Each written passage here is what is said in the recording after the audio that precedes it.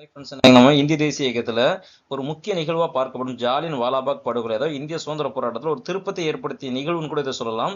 இந்த ஜாலியன் வாலாபாக் படுகொலை ஏப்ரல் 13, 1919 நிகழ்த்தப்பட்டது.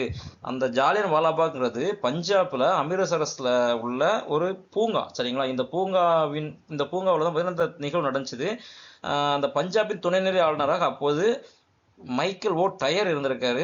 பஞ்சாபின் அமிர்தசரஸ் ராணுவ தளபதியாக ஜெனரல் டயர் இருந்திருக்காரு, சரிங்களா? பார்த்துக்கோங்க, பஞ்சாபின் துணைநிலை ஆளுநர் மைக்கேல் ஓ டயர், அப்புறம் அமிர்தசரஸின், அதாவது அந்த பஞ்சாப் மாகாணத்தில் உள்ள அமிர்தசரஸின் ராணுவ தளபதியாக ஜெனரல் ஓ டயர் இருந்திருக்காரு, சரிங்களா? ஸோ இதுதான் பார்த்தீங்கன்னா கன்ஃபியூஸ் ஆகக்கூடியது. ஸோ இவர் வந்து பார்த்தீங்கன்னா தன்னோட காவலர்களுக்கு வாயிற்கதவை மூடும்படி உத்தரவிட்டு மேற்கொண்டு அங்குள்ள மக்களை சுடும்படி உத்தரவிட்டார். ஸோ இதனால நிறைய பேர் இறந்தாங்க. இவ்வாறு நடந்த இந்த சம்பவத்தில் வந்து பார்த்தீங்கன்னா 379 பேர் இறந்ததாகவும் 1170க்கும் மேற்பட்டோர் காயமடைந்ததாகவும் கூறப்படுகிறது. ஆனால் இந்திய தேசிய இயக்கத்தை சேர்ந்தவர்கள் வந்து பார்த்தீங்கன்னா தலைவர்கள் என்ன சொல்றாங்கன்னா இதை விட அதிகமாக இருக்கும், இவங்க கம்மியாக சொல்றாங்கன்னு சொல்லிட்டு சொன்னாங்க. நன்றி.